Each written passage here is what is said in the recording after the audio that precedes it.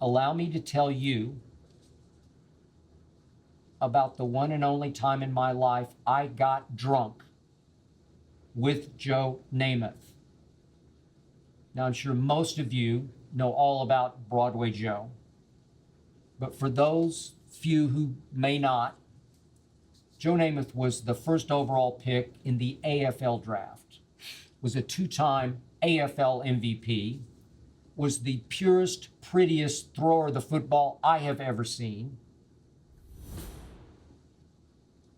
And he famously guaranteed a Super Bowl III win as a hopeless underdog against the Baltimore Colts, and then went out in the Orange Bowl and helped pull off one of the greatest upsets in sports history, as the New York Jets became the first franchise to actually win some championship credibility from the established National Football League.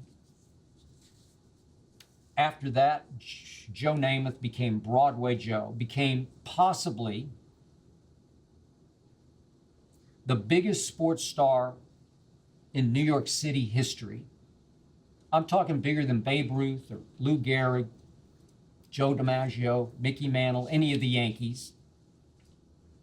I'll throw in, as we get more current, I'll throw in Derek Jeter, bigger than Derek Jeter, because Broadway Joe became such an out-on-the-town media icon. Always in the news, in the headlines, in commercials, and occasionally in trouble. I mean, Joe even did a pantyhose commercial. So it was, I was just out of college, newly married, having the time of my life at the LA Times out here in Los Angeles, doing one big story after another, a star on the rise. Problem was, I found myself in a profession in which alcohol was consumed as if it was bottled water. Sports writers drank. They made deadline, they closed bars. Again and again and again, I was invited to quote unquote have a drink with my compatriots at the Times. Unfortunately, I knew all too much about alcohol. I'd grown up in a double alcoholic household. My dad was what they call a functional drunk. He poured himself a vodka and orange juice when he woke up, and he continued imbibing all day long and all night long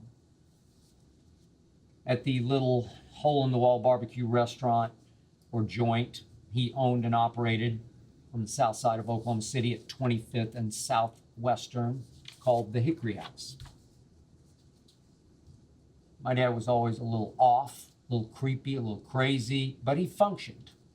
My mom, on the other hand, was a fall-down drunk, a get-drunk drunk, a slurred words, sappy, sad drunk of a drunk. So what was my introduction to hard liquor? Well, I couldn't have been more than 3 or 4, let's say 4, in our little 2-bedroom, 1-bath house on 43rd Street, where my parents occasionally played host to little sort of 5-couple parties in which they all got wasted. I was the oldest kid, so occasionally as a party trick, my father would pour me a bourbon and Coke, and everybody would stop what they were doing, talking about, to watch me take a sip, make my little bitter beer face, and run and spit out that mouthful of alcohol in the sink. Seriously, it was putrid. It was unswallowable. It was worse than liquid asparagus to me at that time. I seriously thought all these adults were completely out of their minds to be swallowing this evil potion. To this day, I do not understand exactly how humans condition themselves to love the taste of hard liquor. I certainly understand how Many humans enjoy how it makes them feel, but the hard truth is, best thing that ever happened to me was getting to taste hard liquor at age 4 and telling myself I will never, ever drink alcohol. When I was 14, a psychiatrist at one of my dad's failed rehab stints asked me if I drank alcohol, and I said absolutely not. And she said, good, because you are doubly genetically predisposed to alcoholism.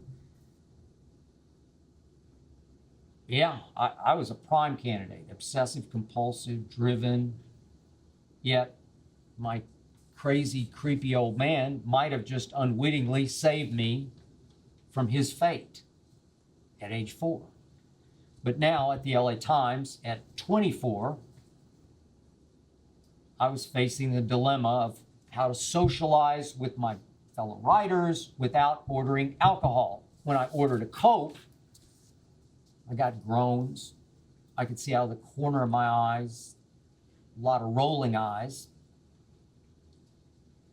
I got the feeling that they just couldn't trust me if I stayed sober and fully capable of remembering whatever secrets they might tell as they got drunker and drunker, whatever shots they might take at our sports center. So my wife at the time fully appreciated my emotions, which were mixed like the drinks all around me. I'd been with Liz since I was 14, so she full well knew the whole background and scope of my alcoholic upbringing.